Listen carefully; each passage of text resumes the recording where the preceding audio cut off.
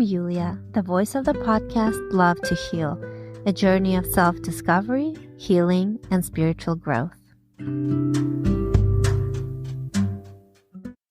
Happy Mother's Day to all mothers, mothers to be, and mothers that were. Today's episode is about, you guessed it, mothers, and also parents in general. This is an extremely important topic when it comes to spirituality. You see, our parents are the first ones we love. They gave us life, and our soul knows that. In our subconscious, our parents are like God to us.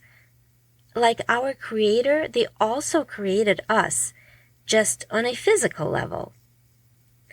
This is why disrespecting and judging parents is equivalent to renunciation of the one who created us on a spiritual level. This is a huge roadblock in spiritual development. More often than not, people who don't have a relationship with one or both of their parents never form a relationship with God. As author Sergei Lazarev explains, using the analogy of love for God, children aspire towards parents and comply or submit to an extent. This is an example of dialectics. We respect our parents and abide by their rules while still preserving a sense of individuality and our own desires. Love for our parents implies attention to them and care for them. If we love our parents, then learning and development occurs through them. If we don't love them or are afraid of them, development stops. Subconsciously, we love our parents and our parents love us. Otherwise, we would have never been born in the first place. And the love of a parent towards a child is the most selfless and the closest to the divine kind of love. This is because a parent's love is unconditional and is free of desires and conditions that exist between men and women and adults in general. Consequently, any aggression towards our own parents is aggression to love in general, on the deepest of levels. The more we love and respect our parents, no matter what kind of people they are or what kind of things they've done, the more internally harmonious we are, and the more loving we are to our world and all the people in it. When I became a mom, I finally understood what unconditional love means and what God's love is like. There's nothing my kids can do that will make me stop loving them. And it's a wonderful feeling to know that God loves us in the same way. If we understand that we're more than just a body, of course, and what matters most is our soul. Furthermore, a person that judges his parents, in a way, is committing suicide. Let me explain. The fifth commandment states, "Honor thy father and thy mother, that thy days may be long upon the land which the Lord thy God giveth thee." In other words, in order to survive, a child must imitate his parents in everything they do, and then extend this love and respect towards people near him or her. If the child grows up condemning his or her parents and renouncing his or her love for the parents, this mechanism by inertia will work similarly on all the surrounding people. Kids that grow up loving and respecting their parents are more likely to love and respect the world around them. And when you live your life with a lot of love in your soul, love that you can give away to people around you, to the world around you, you're likely to be healthier and happier than a person who grows up and continues to live with resentment and hate for their parents. Because, as you probably already know, if you've been listening to this podcast, resentment usually gives you cancer, right? Because it literally eats away at you and all kinds of other problems. So anything other than love, any negative feeling may and will result in all kinds of issues with health, relationships, success, you name it. I have been very blessed in this life to have loving, supportive parents. My mom has been my best friend and confidant ever since I can remember. And she continues to be my number one fan, especially now that I've started this podcast. So, Mom, I know you're listening. I love you very much, and I thank you from the bottom of my heart for everything you've done for me and continue to do. To put things into perspective, studies have been done on the correlation between parent-child relationships and longevity. And if you Google it, you'll see that the top 3 countries with the longest lifespans are Hong Kong, Japan, and Macau. Interestingly enough, Asians exhibit an exceptionally respectful attitude towards their parents. When contemplating this topic, it's important to understand that parents' behavior is designed to help the child's soul grow, thus providing a future for him or her, salvation for the soul. And it does not matter how cruel that behavior may seem. When we think of this in terms of the soul, we understand that loving our parents and accepting them as they are will purify our soul, letting in divine love and energy for a healthy, happy life. You're probably wondering, what about people whose parents are criminals or that harmed their kids or left them and never came back? In this case, we must remind ourselves that everything happens for a reason, which we may never know because we are too small to see the bigger picture that includes past and future lives, other realities. But what's clear is that when we say we were hurt by another human, we're really speaking of the ego that was hurt or humiliated or abandoned, right? The soul actually perceives such events very differently. The soul knows what it needs to purify, to evolve, to grow, and it knows no pain. Remember, God's love comes in pluses and minuses for our earthly understanding, but spiritually, it's all pluses. There are no mistakes in our Creator's plans. We have the parents that we have for a reason, even if the reason may never be revealed to us or understood by us.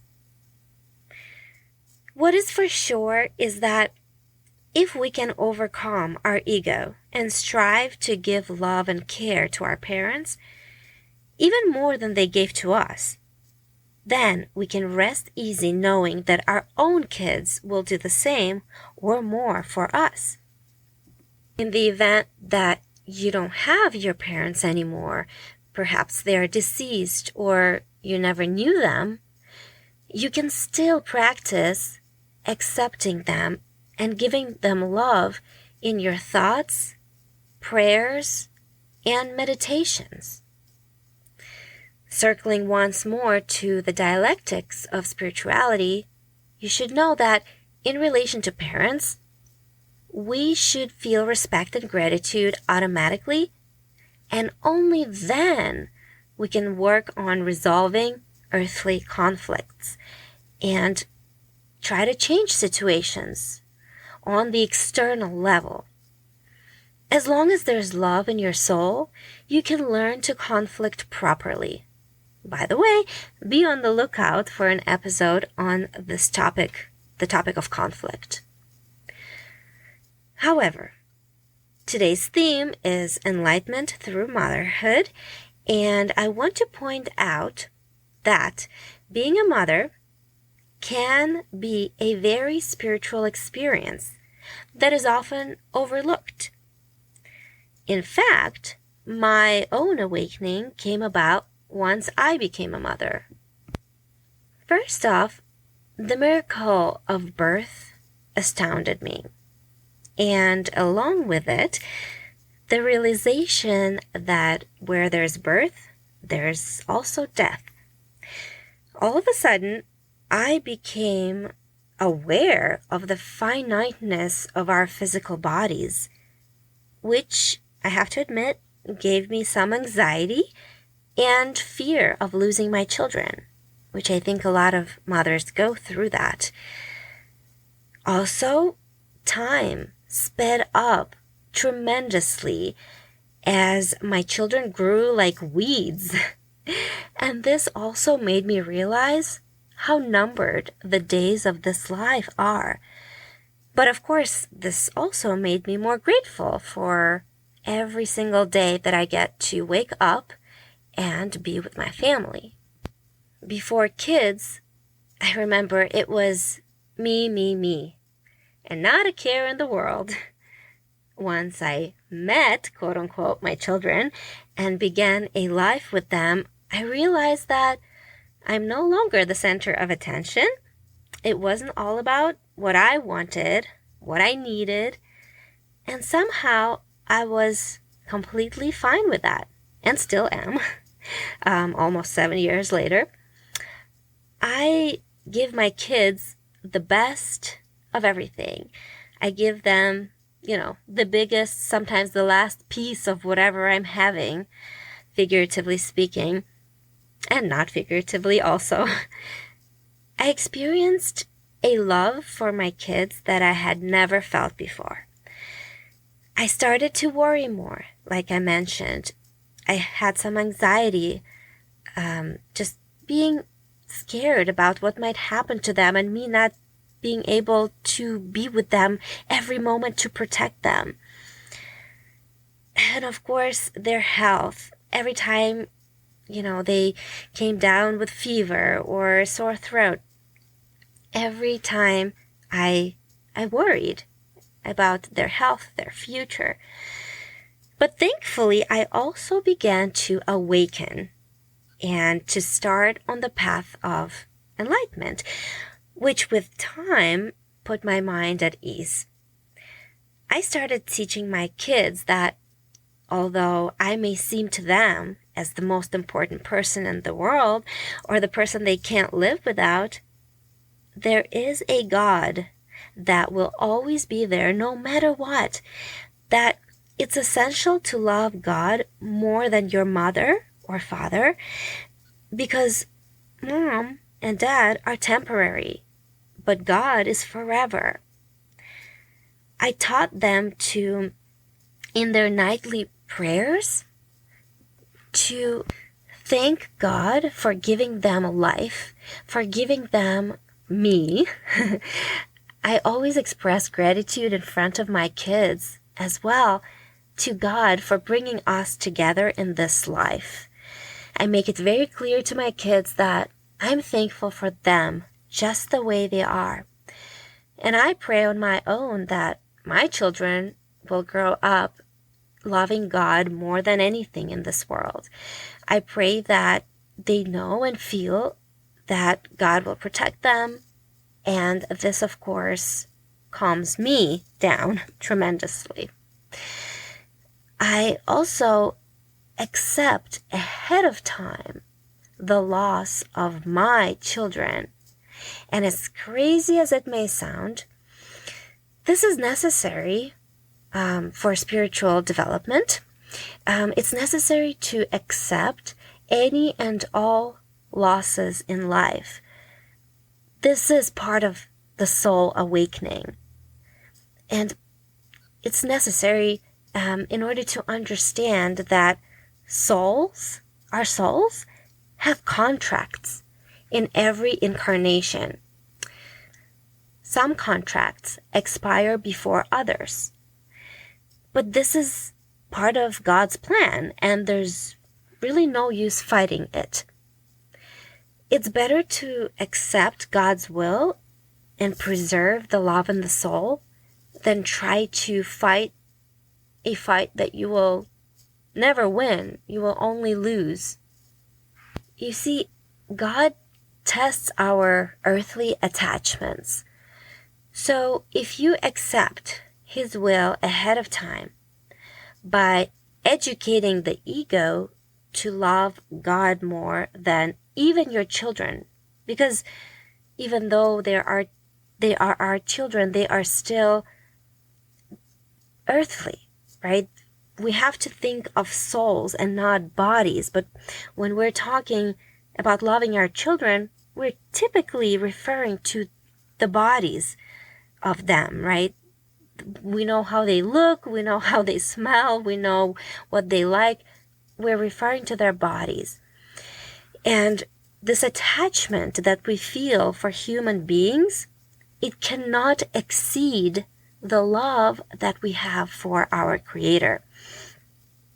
So, if we accept ahead of time the loss of our children, if they don't have a soul contract to die young, then there shouldn't be a reason for any serious tests like life-threatening diseases, accidents, kidnappings, etc.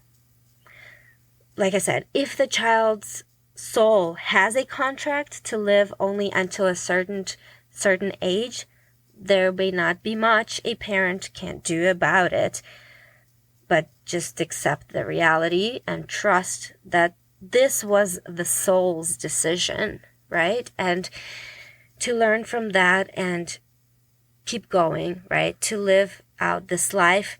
And actually, there's a lot of people that I know, that I'm sure you know or have heard of or seen on TV, that have stories such as this, where their child dies young, but then they find the strength to carry on. And some people create organizations to help with certain diseases, to provide housing for sick kids or orphans, you name it. But there are so many stories where after a child dies, the parents find a new meaning in life and create wonderful legacies. Since we're on this topic, I just have to mention a movie that I love. It's called Instructions Not Included. And this movie is about a guy, a bachelor, that spends all his days just partying, seeing different girls, and has no responsibilities, no job. I'm not sure how he makes money, but he's just basically partying every day, doing drugs, and just has no responsibilities. And all of a sudden, one day, a young woman knocks on his door, but before he can get to the door, she's already gone, and she has left a baby on his doorstep. At first, of course, he's not sure what to do. He's trying to look for the mother of this baby, but he can't find her. And all there is a note along with this baby saying that this is his child from a one-night stand, almost a year ago. And so this baby is, a few months old, and he has no choice but to start caring for this baby, especially that supposedly this is his child. So what this baby does to this bachelor is change his life completely. He stops partying every day. He stops doing drugs. He gets a job. He becomes responsible and basically grows up. And so we watch this girl grow up, and we watch this used to be bachelor just start loving this child and spending all his free time with this child, doing everything he can for the well-being of his daughter. All of a sudden, this guy learns what unconditional love is. He does everything he possibly can to make his daughter happy. And towards the end of this movie, when this girl is already, I want to say 8, 9 years old, so they've been together this long, and he's been a single dad this long, we realize that this girl has a terminal illness. And I'm about to start crying. Every time I watch this movie, I cry. I didn't think that if I were to talk about it, I would cry. But anyway, so we find out that this girl has a terminal illness, and she dies. She passes away at this very young age. But what the takeaway is from this movie, especially for those people that have become spiritual, that are spiritual and have awakened, is that this girl was literally a lesson for this bachelor. It's like she was a program sent to this man so that he could grow up, so that his soul could grow and could learn unconditional love. Because prior to that child in his life, there was no meaning to his life, right? It was parties, girls, and drugs every single day. For what? But after this child, and after her passing, the meaning of life for him changed completely. And I forgot to mention, too, that at some point, he actually finds out that this child is not his after some DNA test had been done. And the mother of this girl actually shows up and tries to get her daughter back. He goes to court with her because he started loving this girl so much, even knowing that she's not his real daughter. He's become so attached to her and has learned to love her so much that he didn't want to let go of her. So before you judge any tragedy that occurs in this world, think first of the soul and think of God's plans that have no mistakes whatsoever. And hopefully this helps you deal with any kind of tragedy or anything that may go on in our world. The main takeaway from what I've just gone over is to love God more than anything in this world, and to teach our kids the same, and also to learn to accept God's will, no matter what happens. Now I would like to go and look at motherhood from a different angle. I recently came across a writer, her name is Astra Niedra, who speaks just wonderfully about motherhood, and I'd like to share some of her reflections on this topic. She says that people have always believed that when women become mothers, they take time out from the real work and serious personal growth, especially spiritual development. But in reality, motherhood enables us in a real, concrete, and messy way to experience enlightenment. It requires us to honor and embrace all aspects of our humanity. It pushes us continually and relentlessly to greater consciousness, to the discovery and understanding and embracing of all that we are. Something necessary when raising children, if you want to know them and accept them and love them unconditionally, as well as help them grow into all they can be. Looking at the role of the mother from the child's perspective, according to Ram Dass, this is an American spiritual leader and guru, we carry with us our mother throughout our life. The complex overlay of her values, attitudes, judgments, and her own spiritual awareness, all of which can exist within us as a support, judge, and suppressor. If we're lucky to have had a loving, caring mother, this is likely to have helped us develop righteousness and morality, and a deep connection between righteousness and love.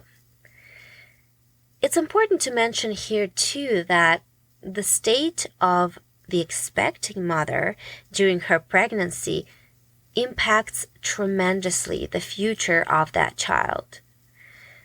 It's imperative for the mom to remain calm and patient, to not experience resentment, and also to accept the present moment as is. Oftentimes, morning sickness is a result of incorrect thinking, a wrong outlook on life, or perception of the world. Thoughts of abortion can be, detrimental to the future of the child and may result in many forms of ill-fated destiny, unfortunately. Yet another way to consider the importance of the mother figure in spirituality is to explore the meaning of Mother Earth. Unfortunately, in our modern society, we've lost connection with Mother Earth. Let's face it, when was the last time you walked barefoot and felt the soft, cool earth facilitate an exchange of energy and information with Mother Earth? When was the last time you or your friends and family thanked the earth for its gifts? If we want to evolve spiritually, we should not overlook the lower chakras that root us to the earth. After all, we are body and soul, and the physical body does need firm roots, a contact to the earth, to rebalance ourselves naturally by discharging and recharging as needed. If we see the world and ourselves in it as a whole with no boundaries of separation, we can more easily arrive at the correct understanding of the world and thus learn to love all unconditionally and be grateful for the gift of life. So, on this Mother's Day, what I wish you is, first of all, love, the type of love that exists between mother and child, the unconditional love that God has for us. I wish for you to experience it and to apply it always, everywhere, with everyone and everything. I hope that on this spring day, you're able to connect to Mother Earth, to maybe kick off your shoes and walk barefoot for a moment, or maybe have a picnic on the grass and thank Mother Earth for all the gifts that it provides. I'll leave you today with a poem titled The Mother of Wisdom by Adele Tomlin. She's a writer, Buddhist scholar, translator, poet, and teacher. And so I hope you enjoy this poem, and until next time. For there to be a birthday, there must be a mother and child. But who causes who to arise? For something to be born, there must be a cause. But when does the seed become the tree? For the seed to grow, there must be conditions. But when do the sun, earth, and air become growing? For something to die, there must be change. But when does the change become the death? For there to be objects, there must be words. But when did the words become the objects? All I know is when I watch you sleep, even the words love and compassion fall away, like countless tears from a billion mothers into a deep ocean of timeless peace. Child, you are my guru, my suffering, my joy. You gave birth to me, a mother, and for that I am eternally grateful.